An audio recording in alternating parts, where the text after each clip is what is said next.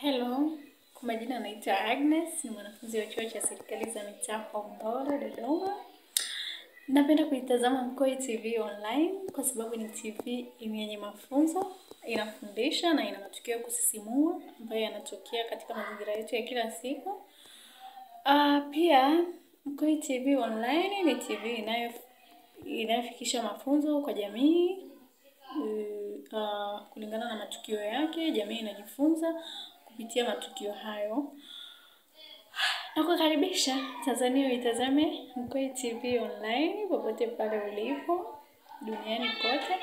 Pia usisahau kusubscribe, kucomment, kushare na kulike. Bye bye. Mkoi TV. Jina langu mimi naitwa Asia, natokea mkoa wa Morogoro, wilaya ya Mvomero, kijiji kinaitwa Kigugu. Kweli mimi kutoka mjini ni story ndefu kidogo. Sababu mimi tangia nimezaliwa, nimekulia pale Kigugu na wazazi wangu na ndugu zangu ambao tumezaliwa nao. Kwa sababu mimi ni mtoto wa mwisho kuzaliwa. Huko mjini yani baada ya ndugu zangu wote wengine kuolewa, wengine kuoa, mimi nikabaki na wazazi wangu tu pale kijijini. Nikawa mimi nawasaidia kazi za pale kijijini. Unaona, siku moja akaja mama mmoja. Akasema kwamba anatafuta wasichana waenda kufanya kazi mjini Dar es Salaam. Basi mimi kusikia vile nikaona hapa ndio pa kuondoka na mimi, kwa sababu nikikaa umri wangu wa kupata mchumba bado. Nikaona tu bora niondoke na mimi niende mjini. Basi yule mama alipokuja nikaona ni kama bahati. Kwa kweli nilishikwa na furaha kubwa sana. Nikasema hapa na mimi ndio pa kwenda mjini. Isitoshe nilikuwa najua kwamba nikienda mjini nikifanya kazi nitapata pesa ambazo zitawasaidia hata wazazi wangu huku nyumbani. Nikafika mjini na yule mama, nikawa nafanya kazi za pale nyumbani kwa yule mama. Nakumbuka kwa mara ya kwanza nilipofika huko Dar es Salaam, nilifikia maeneo ya Kariakoo, maeneo ya Faya pale, ndio huyo mama alikuwa anaishi hapo na familia yake. Basi nilipofika hapo nikaanza kufanya kazi za ndani zote. Nilikuwa napika, nilikuwa nafua, nilikuwa naandalia watoto nguo za shule wakati wakienda shule. Yaani kazi zote za nyumbani nilikuwa nafanya mimi. Kiasi kwamba nilikuwa hata silali. Usiku nalala karibia saa 5 usiku ndo napata nafasi ya kupumzika. Asubuhi saa 10 nakuwa nimeshaamka kwa ajili ya kufanya shughuli za usafi na kuandalia wale ambao wataenda shule. Basi nikawa nafanya hapo kazi kwa yule mama kwa muda tu, lakini malipo yangu yule mama akawa hanipi kama vile tulivyoelewana. Kwa sababu nikiosha vyombo, nikivunja kikombe, yule mama anakata kwenye mshahara wangu. Labda sijui nimemwaga mchele kidogo, yule mama ananiambia kwamba huo mchele utafidia kwenye mshahara wako. Sasa ikifika mwisho wa mwezi na kuwa mimi napata yani hela kidogo sana kiasi kwamba haikizi mahitaji mimi kwa kutumia wazazi wangu wakafaidika na mimi kwa kuwa mjini huku nafanya kazi. Basi nikaendelea kuvumilia hivyo hivyo. Nimevumilia kwa muda kama miaka 3. Navumilia na ile hali, lakini mama kubadilika habadiliki. Nguo pia kununulia imekuwa ngumu. Yule mama mimi nafanya shughuli zote, watoto wake wamenizoea kama dada yao. Yaani kinachonisikitisha, tangu nimefika pale kwa yule mama mimi sijawahi kutoka. Yaani sijawahi kupata ruhusa labda nikatembee hivi nione mji, sijawahi kupata ruhusa kama hiyo hata siku moja. Lakini nakumbuka nilishawahi kutoka naye yeye mwenyewe yule mama akanipakiza kwenye gari lake. Mara ya kwanza tulienda beach, tuliwapeleka watoto, tukarudi hadi nyumbani. Mara ya pili tukaenda sokoni ambako huko kunaitwa Kariakoo kwenyewe huko. Tukaenda sokoni, tena yeye ndo alishuka akanunua vitu, mimi niko kwenye gari. Tukapakiza pale, tukarudi nyumbani. Zaidi ya hapo sikumbuki tena kama nilishawahi kutoka. Yaani kiukweli baada hiyo miaka 3, yaani miaka 3 ndio ambayo mimi naikumbuka. Inawezekana ikawa ni zaidi ya miaka 3. Unaona? Baada ya kuona kwamba hali ya pale hainiridhishi, ukweli moyo wangu nikawa nafanya kazi lakini roho yangu ikawa imesinyaa. Kwa kila kitu nikifanya, nikipika mboga saa nyingine naunguza, nikifanya kichwa changu kikawa kimejaa na mawazo sana. Yaani kiukweli pale nyumbani mimi nilikuwa nafanya kazi nyingi sana. nakumbuka bosi wangu aliniajiri kwa kazi ya kufua na kuwapikia. Lakini mimi mle ndani nilikuwa nafanya kazi ambazo mimi sikustahili kuzifanya. Yule bosi wangu mimi ana asili ya Kiarabu. Yule bosi wangu alikuwa na baba yake ambaye amekuwa mtu mzima sana, ambaye siku zote alikuwa anaishi mle ndani. Yule babu hajiwezi kwa chochote, yani hawezi kwenda uwani mpaka umsaidie, hawezi kuoga mwenyewe, hawezi kujiosha mwenyewe. Umeona? Mwanzo nasikia kulikuwa na kijana wa kiume ambaye alimwajiri kwa kazi hiyo. Lakini yule kijana alikuja akaacha hiyo kazi baada ya kuona kwamba haiwezi. Unaona? Sasa nilipoajiriwa mimi, kazi zote nikawa nafanya mimi. Saa nyingine yule babu huwa anajisaidia haja kubwa. Mimi niko nafanya shughuli zangu na mkuta yule babu kajichafua kabisa. Na lazimika mimi kumtoa zile nguo, kumsafisha na kumvalisha nguo zake, kumweka kama ili awe msafi. Kwa kweli yani hiyo ilikuwa inaniuma sana sana sana. Isitoshe yule babu ni mwanamume, mimi ni mtoto wa kike. Alafu yule ni mtu mzima, ni sawa kabisa na babu yangu. Kwa hiyo hayo yote nilikuwa nayafanya, kwa kweli mimi alikuwa ananiumiza sana, lakini nilikuwa sina jinsi. Kwa sababu mimi nataka hela ili ziendeshe maisha yangu na ziwasaidie wazazi wangu. Nikawa nafanya. Kiukweli nilipoona mambo ya pale ndani yamenifika shingoni, siwezi kuendelea tena na kazi. Nikaamua kumwambia yule bosi wangu kwamba mimi nataka kuondoka nyumbani, anipe pesa zangu, kwa sababu tangia nimekuja pale pesa zangu za mshahara zote alikuwa anakaa nazo yeye, kwa kusema kwamba siku ambayo nikiondoka pale atanipatia pesa zangu na mimi nitaondoka nyumbani. Sasa nilipoona kazi nimeshindwa pale, bila kumwambia bosi wangu kazi nimeshindwa, nikamwambia kwamba mimi nataka niende nyumbani, ni muda mrefu mimi sijaenda nyumbani tangia nimefika hapa. Hapo ndo ugomvi mkubwa ulipozuka mimi na bosi wangu. Bosi akacharuka, alinitukana siku hiyo, yani alianzia mimi, walitukana wazazi wangu mpaka babu zangu.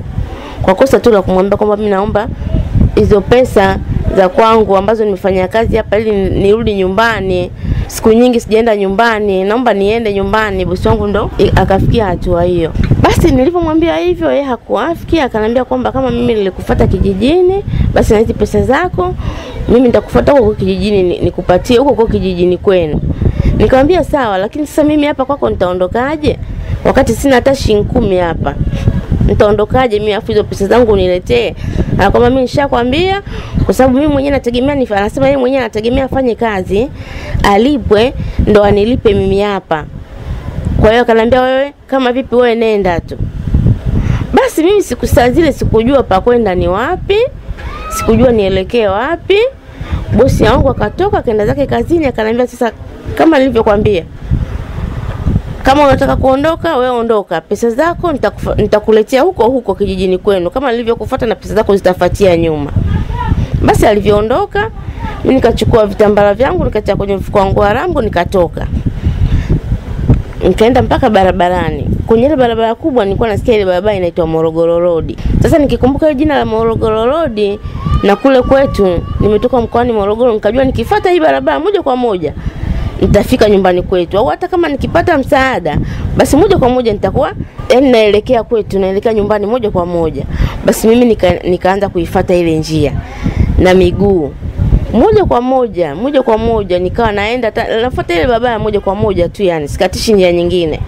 Basi nilipoenda moja kwa moja nikafika sehemu moja hivi, nikakuta barabara nizimekatiza, hii inakwenda huku, nikawa nashindwa kuelewa hapa nitapita wapi. Basi nimekaa pembeni hivi ya barabara ili apite mtu nimuulize tu kwamba hapa nilipo ni wapi, nijue naongozea wapi. Umeona? Akapita dada mmoja, nikamuita. Nilipomuita nikamwambia dada samahani, naomba kuuliza hapa niko maeneo gani? Yule akaniambia hapa ni Magomeni. Sasa wakati dada ananiambia hapa ni Magomeni, akaniangalia usoni. Aliponiangalia usoni nikaona kama vile ananishangaa.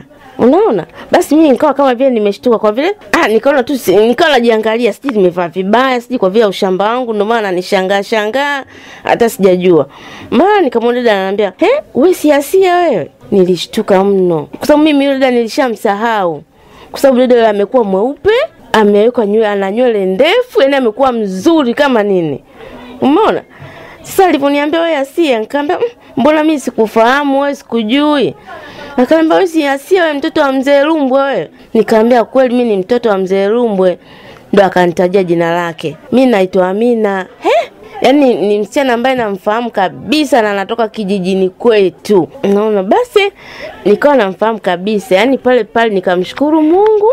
Nikaona kabisa Mungu amenichushia malaika wema. Malaika wangu bado kabisa wananilinda, Mungu ananipenda na ndio maana akaniletea yule mtu. Basi yule dada akaniuliza, mbona uko hapa na mbona uko hivi? Nikamsogeza pembeni, tukasogea pembeni, nikamhadithia historia yangu kule nilikotoka, nilipofika Dar es Salaam mpaka pale nilipofikia. Naona akaniambia kwamba sasa moja kwa moja mimi na wewe twende kule ninakokaa mimi. Siwezi kukuacha hivi, wewe ni ndugu yangu, ni rafiki yangu. Siwezi kukuacha hivi, twende kule ambako nimefikia mimi, ninakokaa mimi, tutajua nini kinaendelea huko kama ni maisha yataendelea huko. Basi mimi nikachukuzana na yule dada, tukaondoka, tukapanda gari pale, akalipia nauli mpaka kule ambako anakaa yeye. Basi tulipofika pale anapokaa yeye, tumekuta ni chumba kimoja, lakini nimekuta kuna wasichana kama 7 hivi. Wale wasichana wote 7 wanakaa chumba hiki kimoja na mimi nikawa wa 8. Kwa vile tayari ilikuwa jioni, yani mimi kwa kweli nikawa ninashangaa pale kwamba hao wote wanakaa humu au wamekuja kutembea au ni nini. Basi ikafika usiku pale.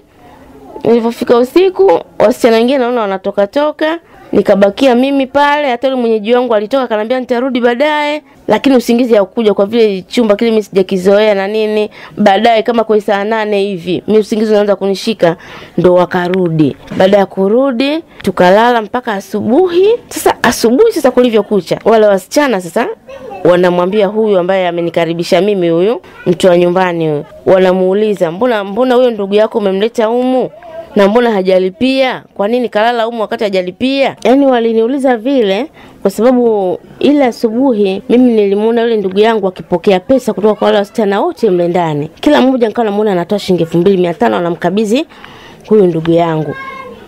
Unaona, nikajiuliza kumbe ndio maana wameuliza vile. Kuna maana kwamba kile chumba kila mtu anatakiwa alipie kwa siku anayolala mle, alipie. Basi kabla hajaongea akamaliza, akaingia babu mmoja. Alipoingia yule babu, yule ndugu yangu akaenda akamkabidhi zile hela. Alipomkabidhi akamwambia, mbona umenipa hela za watu 7 na mbona mmelala watu 8 na huyu hapa vipi? Yule ndugu yangu akamwambia kwamba huyu ni mgeni, na kama ni mgeni pesa yake tutajua kama ni jioni, kama ni baadaye tutajua kwamba italipiwa vipi. Basi baada ya babu kuchukua ile hela ya watu 7, babu alilalamika sana, akawaka pale, akatukana. Yaani kesoma akatukana matusi makubwa, mimi mpaka nikawa najisikia vibaya. Unaona, akasema kwamba hapa mjini mtu yote anayelala mle ndani lazima alipie. Huwezi kulala mle ndani bila kulipia, na kama huwezi kulipia basi mle ndani usitie miguu. Nijisikia vibaya kweli, uoga ukanishika, lakini ndugu yangu akanisii. Babu alipoondoka nika katika hali ya kawaida. Lakini baadaye mchana tukawa tunaongea. Yule ndugu yangu akaniita, tukaingia pale ndani chumbani. Akaniambia, bwana, mimi nataka nikwambie ukweli. Kazi ambayo mimi inaniweka mjini, yani kazi ambayo yeye inamweka mjini na wale wasichana ambao mmewakuta mle ndani, ni kuuza miili yao. Yaani wanajiuza. Akaniambia, sasa na wewe kwa kuwa umekuja na una shida, inabidi uingie katika hii kazi. Ukweli nilikataa kabisa. Nilitamani hata nilie, kwa sababu ni kitu ambacho ni tofauti na mimi, kitu ambacho sijakizoea kabisa katika maisha yangu. Basi nikakataa, lakini ndugu yangu akaendelea kunisihi. Na ilipofika usiku sasa, Waladada wote wakawa wanavaa viungo vyao vya ajabu. Mwingine anavaa kitaiti tu kidogo, ambacho mimi nikivaa kile kitaiti nitavaa na gauni, nitavaa na kanga juu, lakini anavaa hivyo hivyo. Wote wakatoka, nikabaki mimi na yule ndugu yangu. Akaniambia basi tutoke, twende tukafanya hii shughuli ili uweze kulipia ile deni lako na maisha yaendelee. Nikamwambia mimi siwezi, naomba basi nilale usiku huu leo tu ili kesho niondoke nyumbani. Akaniambia haiwezekani. Utaondokaje wakati unataka kuacha deni hapa? Nani atalipia hili deni? Naona akaanza kunisifia kwamba mimi mzuri, kama nikifanya hii biashara basi nitapata soko, watu wengi watakuja na nini. Naona watu wengi watakuja na nitakuwa na maisha mazuri, ikiwezekana hata kuwashinda wale ambao wametangulia. Unaona? Basi mimi tena kwa moyo upande, kwa unyonge kabidi nikubali. Nikaondoka na yule mwenyeji wangu, tukatoka pale uwanja afisi pale tukopanga chumba, tunakokaa tukatoka. Mwenyewe akasema kwamba tunaenda mpaka Tip Top. Kunaitwa Manzese Tip Top, Manzese Darajani, maeneo hayo. Tukaenda mpaka kule, hatukukaa hata dakika 10. Akaja mwanamume akamchukua yule mwenzangu, akaondoka naye. Nikashtuka kwa vile pale nilibaki peke yangu. Akaniambia usiogope wala nini. Akaniambia usiogope. Hapa mwanamume akija hapa usisubiri utongozwe. Hapa hamna kutongozana, hamna kusema tena kupenda wala nini. Hapa mwanamume akifika tu akikwambia mambo vipi tuondoke, mnaondoka na unamfuata yule mwanamume anakakupeleka ndo huko. Basi nikakaa pale, mara akaja baba mmoja akanambia mambo vipi, akanishika mkono nikamfuata. Tulipomfuata tukatembea njia ya miguu. Tukafika tukaingia ndani kule kwa nyumba kule, kama unavyojua kule nyumba zao ziko hapa na hapa. Tukaingia kwenye kichochoro hivi. Tulifika kichochoroni pale, hapo akasema hapa panatosha. Basi mimi nikawa nashangaa, nikashtuka inakuwaje mambo haya tena vichochoroni kama hivi. Basi akavua yule baba, alipovua akachukua mpira akavaa. Naona mimi nikajiandaa, tukafanya yale mambo pale kichochoroni. Tulipomaliza akanigaia shilingi 2500. Aliponigaia shilingi 2500 nilivyoiangalia hivi nikagundua kama ni 2500. Mimi nilimshangaa, nikamuuliza mbona shilingi 2500? Akaniambia ndio 2500, hiyo hela kubwa sana nilokupa. Na nimekupa hiyo hela kwa sababu wewe ni mgeni. Lakini wenzako wenyeji tunawapa mpaka 1000, buku 500 ndo tunawapa hizo. Lakini kwa vile wewe mgeni afu nimekuona mtoto mzuri bado mbichi, basi mimi nikaona bora tu nikupe 2500. Na wenzako wengine huwa tunawakopa na tuwalipi, na ukikopa ndo umekopa, sio mtu atarudi nyuma tena akulipe, hakuna. Na wanarizika. Kwa hiyo rizika na hiyo 2500. Basi yule baba ndo alikuwa anaelekea huko ambako mimi nimetokea huku barabarani, tukapita wote, akaniacha tena barabarani, baba akaondoka zake. Sasa nikawa nafikiria hii 2500. Kule nadaiwa 2500. Nikawa mpaka najionea huruma maisha haya, mpaka siji nakuaje. Basi nikaongoza hadi barabarani pale aliponiacha yule ndugu yangu, nikiwa na 2500 yangu ile nikaiweka vizuri kabisa. Basi nikawa nashangaa pale, mara akatokea bwana mwingine. Alivyokuja naye tukachukuzana hao, tukaenda tukafika mahali pakawa pana kiza. Hapo tena tukajificha tena tukafanya tendo la ndoa hapo. Kiukweli naye alikuwa amevaa kinga pia. Cha kushukuru ni hicho ambacho mimi nilikuwa nashukuru mimi, kwamba walikuwa wanakumbuka kuvaa kinga. Basi tukafanya tendo la ndoa hapo. Tulipomaliza na yule pia naye akanipa 2500. Basi kwa vile zile kauli za mwanzo nilizosikia kwa yule mwingine, ikabidi nikubaliane na ile hali. Basi nilipotoka pale nikarudi tena huku barabarani kumsubiri yule ndugu yangu, lakini kwa kweli nilikuwa nimechoka vibaya mno, kiasi kwamba mimi sijawahi kufanya yale mambo mimi sijawahi kufanya, hasa na watu wawili. Ni kitu ambacho kilikuwa kigeni kabisa kwangu. Basi nikawa nimejichokea hapo, nikawa pale nimekaa barabarani nafikiria hii 2500 na 5000 na kule nadaiwa, nitalipa shilingi ngapi, nitabakiwa na shilingi ngapi, na nitajiwekea vipi akiba mpaka eti niweze kufaidika katika maisha yangu. Kwa kweli nilikuwa naumia sana, niliumia mno. Nikakaa pale nikawa namsubiria ndugu yangu, lakini kiukweli machozi alikuwa yananitiririka bila hata kutoa sauti, bila kufanya chochote. Nilikuwa nasitukia machozi tu yananitiririka. Mara yule ndugu yangu akaja. Alipokuja akanikuta mimi nalia, akaanza kunibembeleza, sasa unalia nini?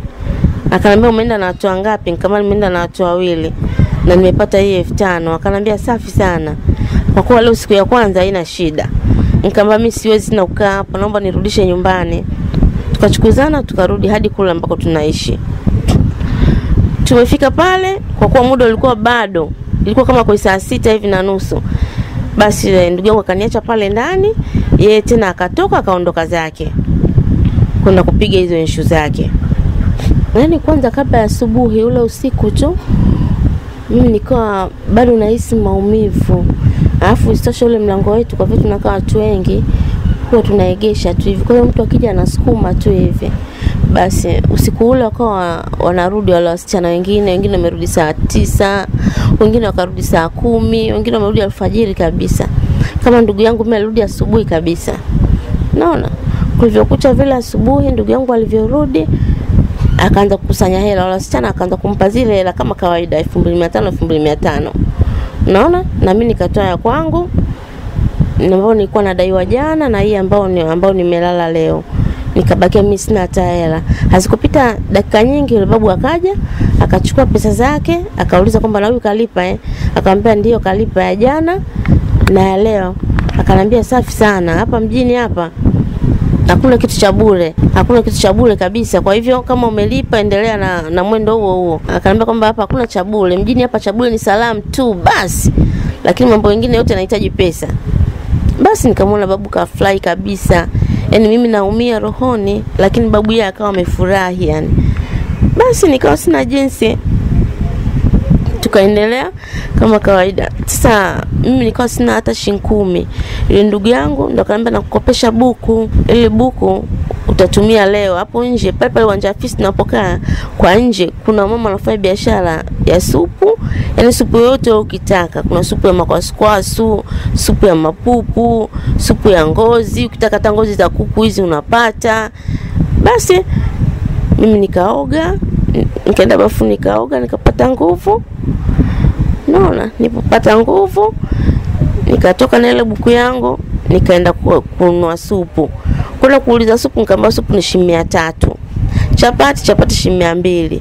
Basi nikanywa chapati supu moja shilingi 300 na chapati 2. Naona shilingi 700 hapo. Nikabakiwa na shilingi 300. Ile shilingi 300 nikaweka kibindoni hapo nikajua kabisa baadaye inaweza ikanisaidia. Basi nimetoka pale nikarudi zangu nyumbani na shilingi 300 yangu mkononi. Basi tumekaa pale mchana tunapiga story, ndugu yangu ndo ananiambia baadaye wembe ndo ule. Basi tukaendelea na maisha yale siku zote pale. Ile kazi sasa mradi ilikuwa ni shida kwangu, ilikuwa ni kero, lakini nilienda mpaka nikaizoea. Wanaume mimi tena wakawa hata wanipi shida tena, na nikawa tena viwanja na vijua, sipelekwi na mtu wala nini. Natoka mwenyewe na narudi mwenyewe kama kawaida. Yaani mambo yote ya kulipia pale siji kulala kila kitu nilikuwa nalipa mwenyewe bila hata kuambiwa kwamba lipa. Basi sasa tulikuwa tukikaa kama pale viwanjani kwetu vyetu hivyozoea, kama hakuna hali nzuri yani wanaume hamna. Basi tulikuwa tunaenda Ubungo ile stendi ya mkoa ile. Kwa sababu usiku pale tukibana tunajifanya na sisi kama vile wasafiri, kuna wageni mle, kuna wengine wanashuka hawana ndugu. Basi tulikuwa tunajichanganya nao mle, tulikuwa tunapata kidogo, tunapata watu wa kwenda nao kidogo, hawakupi hela kama ile ambayo tunapewa kule uwanja afisi tulikozoea.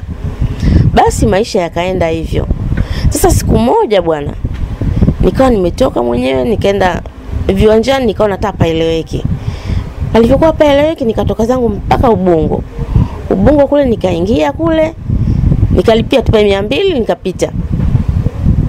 Nilipopita kule ndani nikawa nimezunguka mpaka nikawa nimekata tamaa. Nikawa nimesimama hivi sehemu, mara nikamwona baba mmoja yuko ndani ya gari. Gari kama imesimama pale miguuni kwangu. Basi nikaona bonge la gari limesimama pale miguuni mwangu. Sasa nikiangalia lile gari, ni gari ambalo ni yale magari ambayo hapa mjini tunajua kwamba ni ya thamani. Kiasi kwamba mtu akiendesha labda waheshimiwa wabunge, mawaziri ndio ambao wanaendesha. Aidha mfanya biashara mkubwa kabisa ndio ambaye atakuwa anaendesha lile gari, sio mtu wa kawaida. Nilishtuka lakini sikushtuka sana, nikajua labda ndo bahati zangu zinakoelekea huko. Basi yule baba akafungua kioo, akanisalimia na mimi nikasogea nikamsalimia. Akaniambia binti samahani.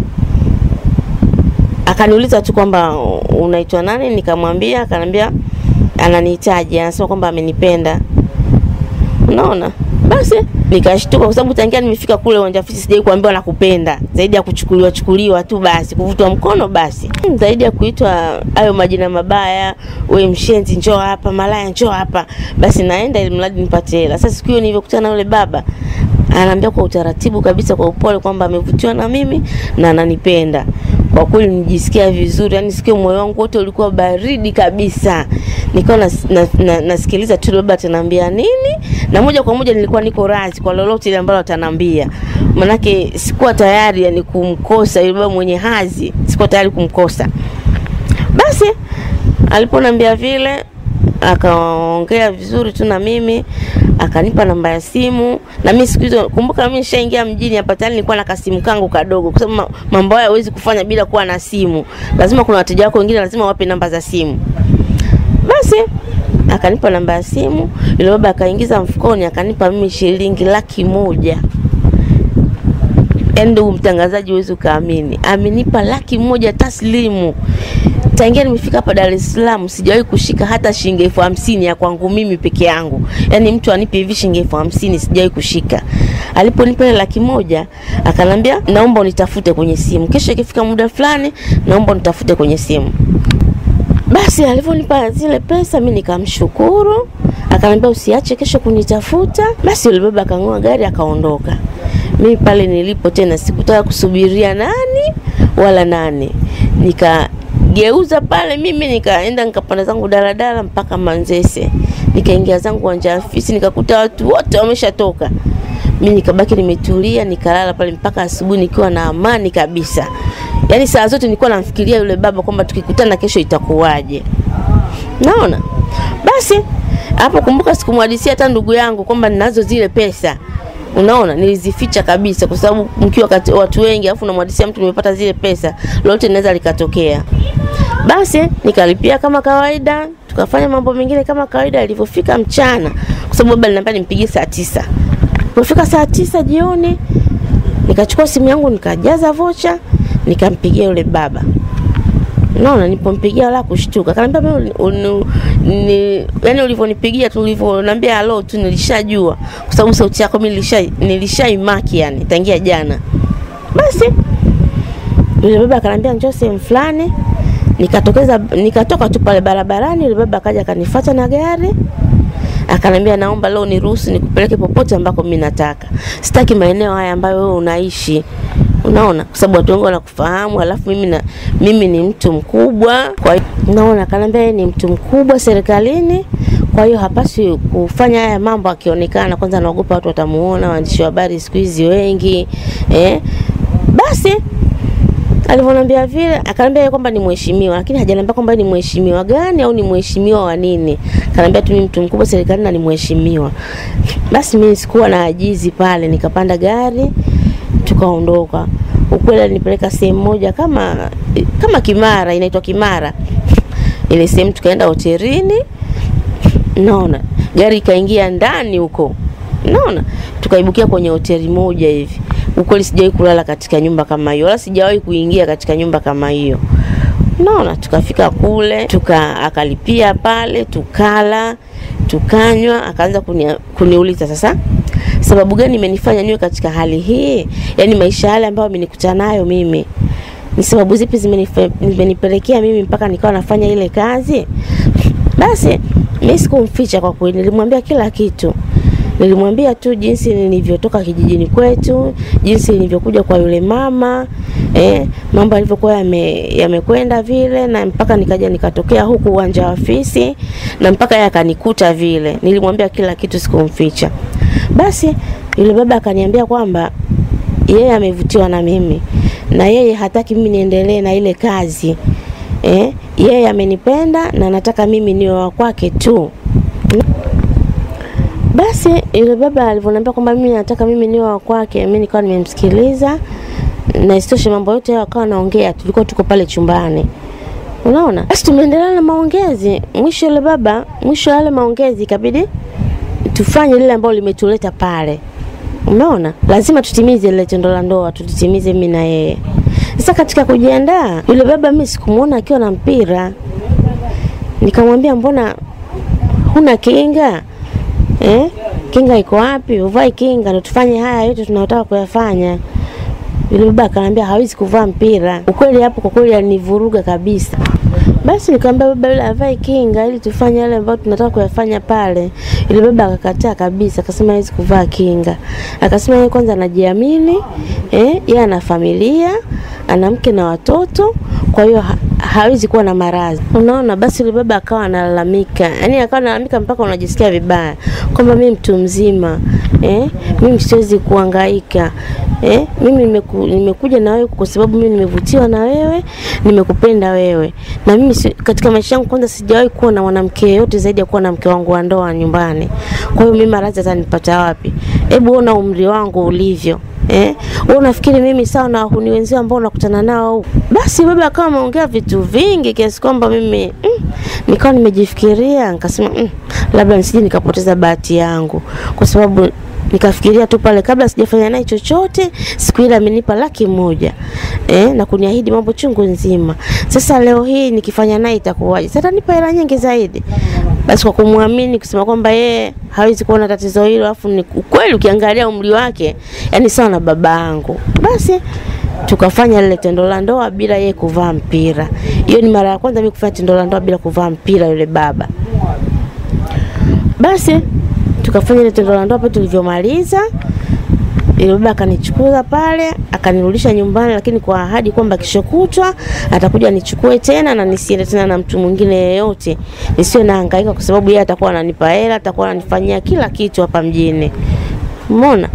Basi akaniambia kwamba atanifanyia kila kitu katika maisha yangu. Lakini kiukweli nikikumbuka ile siku ambayo mimi nilifanya mapenzi bila kutumia kinga, ukweli mimi naumia sana. Yaani inaniuma mno. Kwa sababu siku ile ndo nimeuza maisha yangu. Siku ile ndo nimeuza utu wangu na thamani yangu yote. Licha kuahidiwa kila kitu, vitu vingi, aliniambia angeza kununulia kiwanja. Lakini yote ndio imekuwa kama ilivyokuwa. Kweli alivyoniahidi vingine alivitekeleza, kwa sababu alinitoa kule ambako mimi nilikuwa nakaa, kule uwanja afisi nilikuwa nakaa ghetto. Alifanikiwa kunitoa, kanipangia chumba Tabata. Basi mimi nikawa naishi Tabata na yeye akawa anakuja, yani akawa anakuja kama mume wangu. Sasa nyingine anatoroka huko alikokuwa kazini, anasema anakuja mchana, tunafanya kuyafanya hivyo yani. Kiukweli mahusiano mimi naye alidumu kwa mwaka mmoja. Ndani ya mwaka mmoja yule alikuwa kama mume wangu. Kila nikimhitaji anakuja, na yake nihitaji basi popote pale, hata kama sio pale nyumbani. Sasa nyingine alikuwa ananiambia tutoke nje pale nyumbani. Basi mimi nilikuwa natoka na nilikuwa naenda. Yaani kugundua mimi kwamba yule mzee ana virusi vya ukimwi ni baada ya mimi kushika ujauzito. Niliposhika ujauzito nikagundua kwamba mimi natakiwa nende hospitali mapema kwa ile hali yangu nilokuwa nayo, kwa sababu taratibu zinatuambia siku hizi kwa mjamzito ende hospitali mapema ukachekiwe na nini na nini. Basi mimi nilipokuwa nimeshika mimba tu, nilipojua mimba yangu na mwezi mmoja, nikaenda hospitali. Nilipoenda hospitali, kitu cha kwanza kupimwa ni HIV. Nilipopimwa sasa nikagundulika mimi nimeathirika, yani nina vijidudu vya HIV. Kiukweli sikuamini kwa sababu maisha yangu yote yale ufuska nilokuwa naishi nilikuwa natumia kinga, na huyu nilimwamini ndio alonipa ujauzito ambao mimi naambiwa leo nimeathirika na HIV. Ukweli mimi naniuma sana sana. Kwanza mimi kabla ya kwenda hospitali nilishamwambia yule bwana kwamba mimi ni mjamzito, na safari ya hospitali alikuwa anajua kwamba mimi naenda hospitali. Lakini nilipochekiwa mimi narudi nyumbani, nampigia simu, nakuta simu yake haipatikani. Kila nikijaribu, siku ya kwanza nijua tu anaweza kama amepata tatizo. Siku ya pili, ndani ya wiki moja nasumbuka mimi napiga simu lakini haipatikani. Mtangazaji ninavyokuambia mpaka leo hii simu yake haipatikani tena. Pole sana. mwaka ambao mmeishi ukwahi kufahamu labda mahala hadi anapofanyia kazi au mahala anapoishi au hata ni rafiki yake mmoja au ndugu yake? Yaani kwa kweli sikuwahi kufahamu chochote zaidi ya yeye kunifahamu mimi na mimi kumjua yeye. Basi sikuwahi kufahamu ndugu yake, sikuwahi kufahamu chochote yani anapofanya kazi, yani mimi sijui kwa sababu aliniambia muda wa kufahamu hayo yote bado, nisubiria utakuja. Matokeo yake simuoni tena. Na mimi niko katika hali kama hii, kwamba baada ya kumwambia kwamba naenda hospitali moja kwa moja, kwa vile najijua hali yake ikoje, ndio maana akaamua kufanya yote aliyofanya. Anajijua kabisa yeye ameathirika na maradhi yeye amenipa yeye, hakuna mtu mwingine amekanipa maradhi haya. Nadi kilitokea nini sasa labda mpaka Nadi ujauzito ukaja, Nadi ukaharibika? Kiukweli mtangazaji, yani tangu siku zile ujauzito wangu ulivyokuwa mchanga, nilikuwa nawaza sana. Yani kwa kweli muda mrefu nilikuwa nafikiria vitu vingi, nafikiria maisha yangu. Yani kiasi kwamba nilikuwa hata kula mimi kwangu ilikuwa ni taabu. Naweza chakula kikawepo lakini nikashindwa kula. Ilipofika miezi mitatu, moja tumbo likanishika. Hazikupita hata nusu saa nikaja nikashtukia damu zinanimiminika. Niko peke yangu chumbani. Kwa uwezo wa Mungu nilijistiri, nilivaa nguo nikajihifadhi, nikaenda hospitali. Baada ya kwenda hospitali wakaniambia kwamba mimba imeharibika. Nisikuamini. Kwa vile tayari nilishaambiwa kwamba kama ningeweza kumeza dawa za kuzuia maambukizi ya mtoto, basi mtoto wangu angezaliwa akiwa salama. Kwa hiyo pia iliniuma sana. Niliambia mimba iliharibika kwa sababu mimi nilikuwa na msongo wa mawazo. Nilikuwa nawaza sana, alafu pia pressure ilikuwa inapanda na kushuka mara nyingi tu. Kwa hiyo ndio maana mimba yangu imeharibika. Mtangazaji, kwa kweli maisha kwangu yalikuwa magumu sana. Maisha yalikuwa magumu kiasi kwamba yani kuliko vile ambavyo wewe unafikiria. Hali kwangu ilikuwa tete, hali ilikuwa imerudi mwanzo kabisa. Unaona? Maisha yalikuwa mabaya. Kwa sababu yule mzee wakati anaondoka, mimi nilikuwa nimebakisha mwezi mmoja tu kodi ya pale aliponipangia kuisha. Kwa baada ya mwezi mmoja kodi iliisha na mimi siwezi kulipia tena kodi. Mpaka nilikuwa nakaa ile miezi miwili mpaka mbangu ikatoka. Nimekaa tu kwa wema yule mwenye nyumba kunistili, kwa kuona kwamba niko katika hali ile, alafu sina ndugu, alafu naumwa siku zote. Kwa hiyo yeye naye akashikwa na utu na huruma ya kibinadamu, akaniambia nikae, lakini nitakapokuwa vizuri basi niendelee kulipa kama nitakuwa najiweza.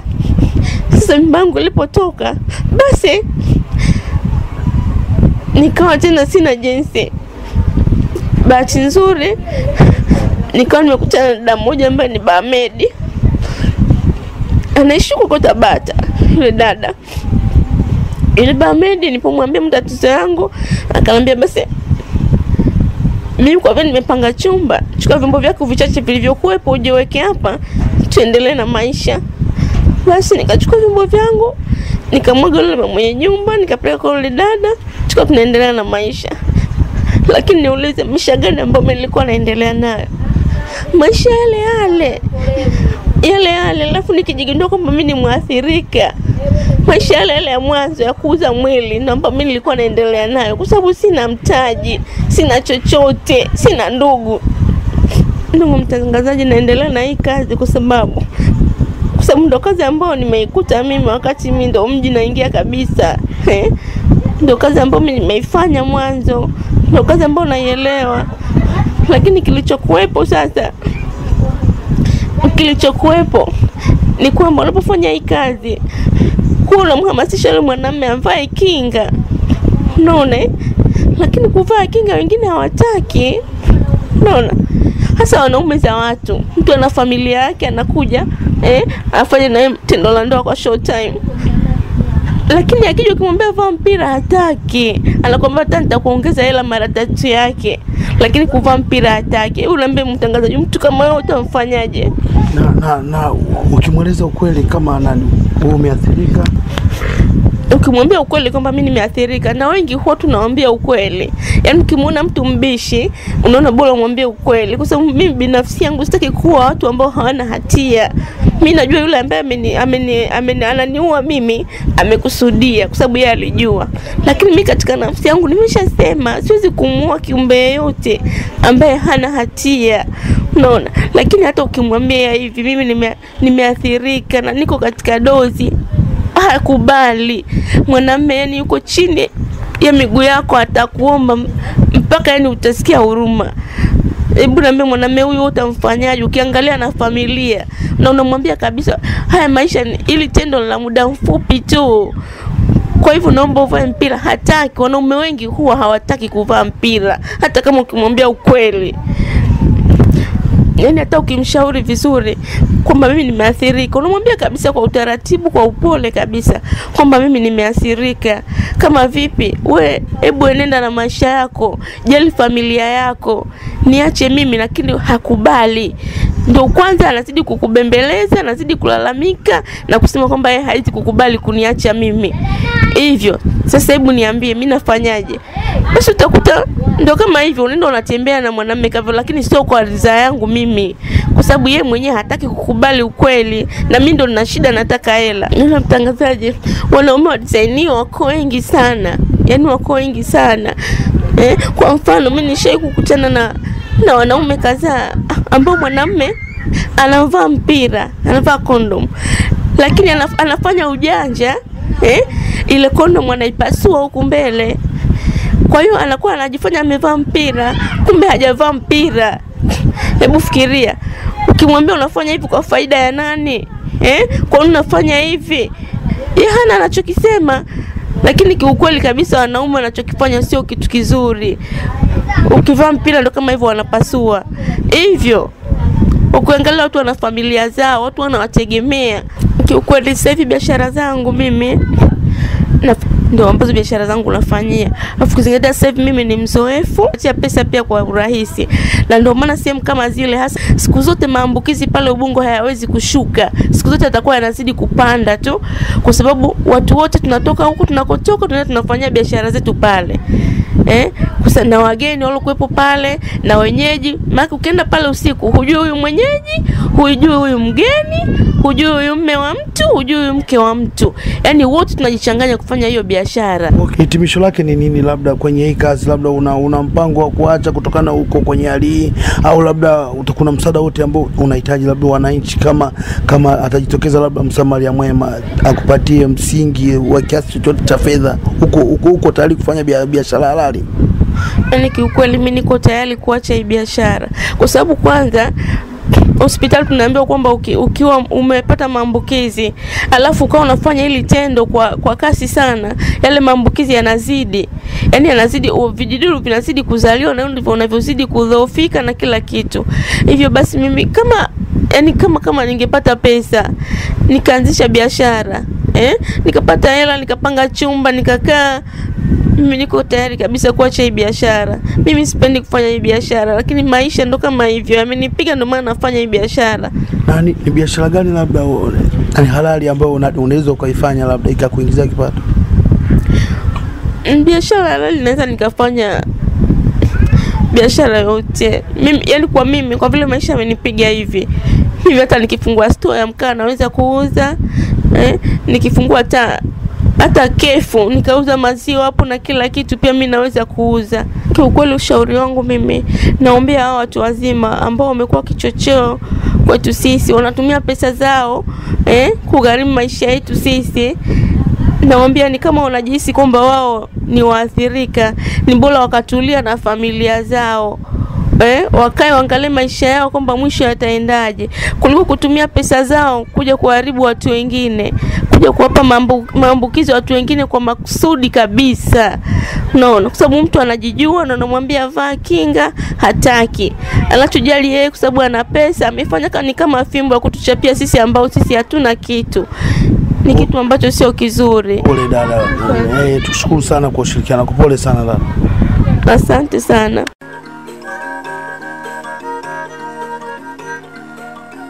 Binadamu ni mapambo ya dunia.